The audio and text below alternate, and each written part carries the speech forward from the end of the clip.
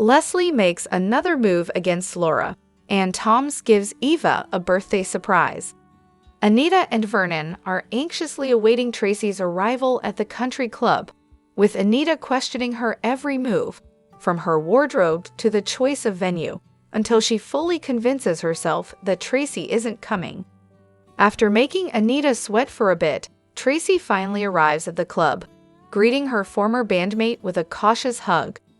The ladies' reunion begins well enough, but the conversation quickly turns to the first time Vernon came backstage at an Articulettes show. Tracy says that Vernon could have had any one of them, but he chose Anita. It's the angriest Sharon had ever been, until Anita went solo, that is. Tracy mentions that she hated being referred to as the pretty one in the group. She blames Dante Green, who ran their label, for pitting the girls against each other and stirring up unnecessary drama. All in all, the lunch is a success. In fact, it goes so well that Tracy agrees to stay overnight at Vernon and Anita's. Can a full-blown Articulettes reunion be far behind? Jan shows up at Ashley's apartment with spaghetti and meatballs, only to catch Derek in the middle of packing his bags. Unfortunately, the couple isn't planning a getaway like Jan assumes, nor are they still unpacking. She's really terrible at this game, huh? Jan says Ashley mentioned that they've been having trouble living together, but she tells Derek that they need to cut each other some slack. Merging two lives into one is difficult for everyone. Meanwhile, a distraught Ashley hightails it to Uptown, where she finds consolation in the willing arms of Ander, who tells her that she's being way too hard on herself. "I hate to see you hurting like this," he says, reminding her that it takes two people to mess up a relationship. Give Derek another chance. For a guy, he's a good one. He tells her to march right home and tell Derek that she loves him. Ashley thanks Ander for his help, adding the 4 words he hates hearing from her: "You're a good friend." Following that advice, Ashley and Ander head over to her place, only to see that Derek's stuff is already gone. Ashley breaks down in tears, blaming herself for being too controlling about her space. So where is Derek while all of this is going down? He's at the precinct, venting to Jacob about his problems with Ashley, even asking if he can crash on Jacob and Naomi's couch for a bit. Jacob encourages Derek not to give up. Love doesn't conquer all when you're learning how to live with somebody, Jacob says, telling him to find new ways to reconnect with Ashley. Derek makes it all the way back to the apartment, but he stops short before opening the door, which is good, because he'd probably be surprised to find Ashley in Andrew's arms anyway. Toms bumps into Eva at Orphagene's, where she's staring wistfully at the birthday photo Ted gave her. "Will Kat mind if you join me?" she asks, to which he replies, "I'll risk it," without hesitation. Little does Eva know, Toms is about to give her a birthday gift of his own, revealing that Leslie tried to blame her for causing Laura's accident. Tom suggests that Leslie may have been accusing Eva in order to take the heat off of who really did it, aka her. Eva and Toms also bond over having difficult parents.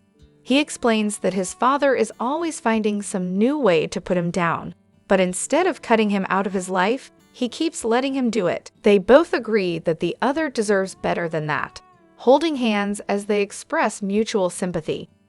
Eva rightly tells Toms that Kat wouldn't like seeing her boyfriend holding hands with her enemy, but Toms clarifies that he isn't exactly Kat's boyfriend, and it's apparently all because of Eva.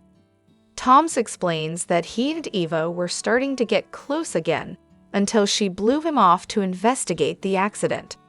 Eva is shocked to hear that Kat hates her enough to send the police after her, and equally shocked when Toms tells her to cut herself some slack.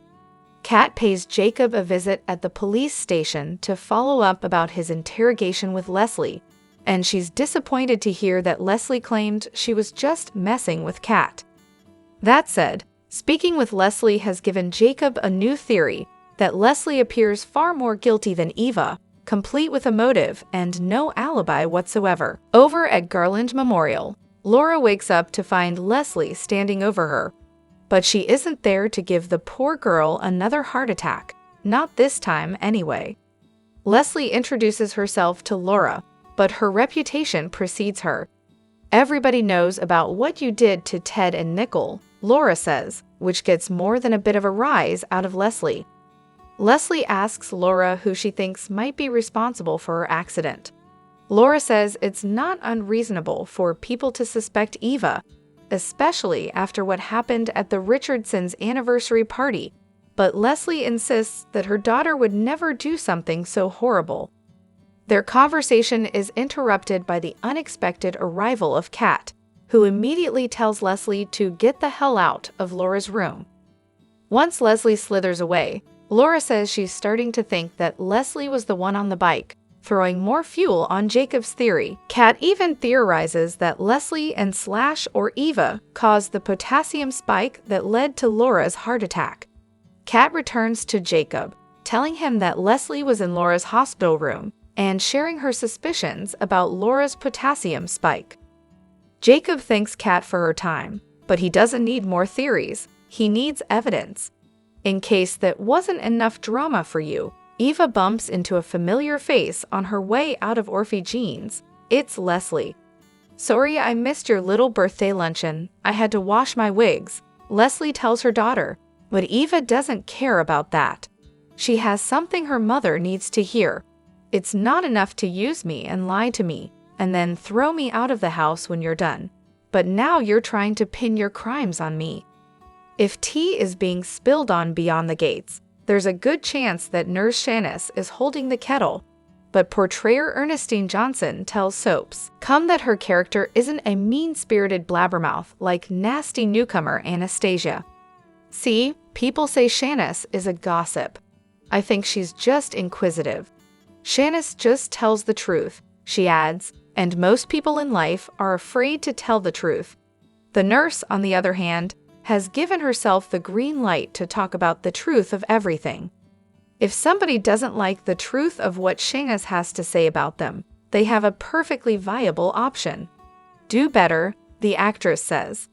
"Then she won't have to talk about you." Viewers were too.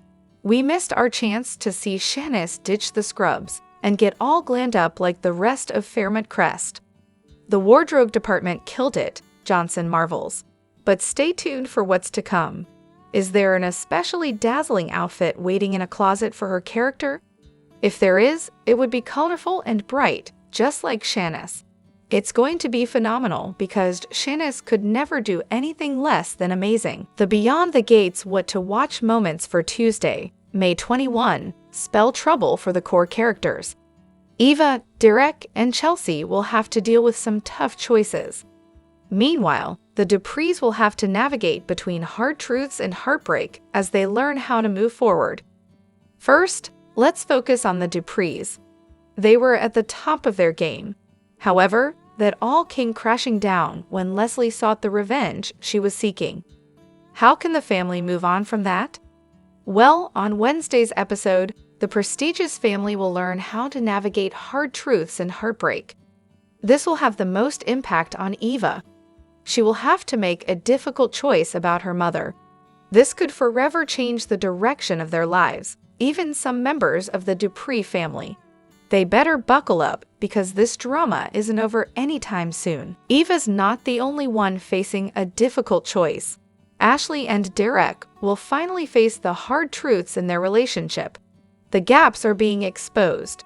Hard truths are coming to light. What will the adorable couple decide? Will they stay together or will they finally say goodbye?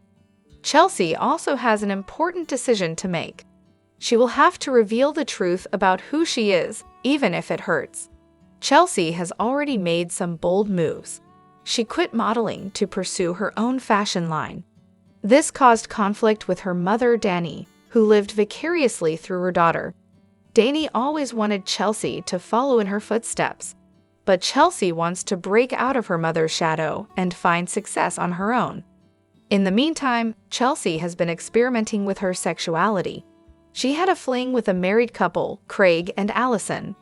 Chelsea might be coming to terms with her sexuality and wants to let it be known.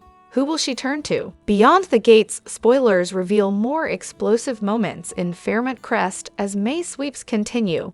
And there will also be a ton of casting changes too.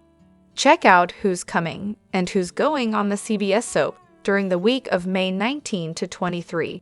Beyond the Gates spoilers reveal that Maria Howell will enter the canvas during the week of May 19 playing Tracy, Anita Dupree's long-lost friend, and one of the gals who was a part of the singing group, the Articulettes. Howell has had quite the career and began as a choir soloist from The Color Purple. Fans might also recognize her from roles on Army Wives and Devious Maids, and guest-starring primetime shows like The Resident and Criminal Minds. An incredible singer, she's been on the stage along with music artists like Ray Charles, Earl Clough, and Nancy Wilson. Howell also dabbled as a voiceover artist, working on animation projects, video games, narrating audiobooks, and participating in multiple television and radio commercials. What kind of drama will Tracy bring when she arrives on the scene? Fans will have to tune in to find out. In other news, Laura Peterson will return to storylines during the week of May 19 to 23. Of course, Laura's car crash case will take center stage now that Leslie Thomas has been hauled into the police station. Will Laura be able to help Jacob Hawthorne with this case and offer any insight? BTG fans took notice this week when a new character debuted, and Anastasia hit center stage as the resident gossip queen at Fairmont Crest. The role is played by Timea Soretti. In addition, Jason Vendries was first seen in his Mystery Man role this past Tuesday, May 13. While his character doesn't have a name yet, he'll be a part of a storyline that involves both Vernon Dupree and Martin Richardson, which is likely about Martin's big secret. Plus, Keith D. Robinson debuted as the Ted Richardson recast, as Morris Johnson exited the role. Some other casting credits to note from the week of May 12 to 16 include: the role of Drake is played by Adam Dunlap. The Cody character is played by Jake Boyd. Dr. Flannery is played by Hunter Burke. What storyline are you most interested in seeing during the week of May 19 to 23? Share your thoughts. Tune into the CBS Soap Daily so you don't miss a moment of the drama, and visit CTS often for the best Beyond the Gates spoilers, updates, and news.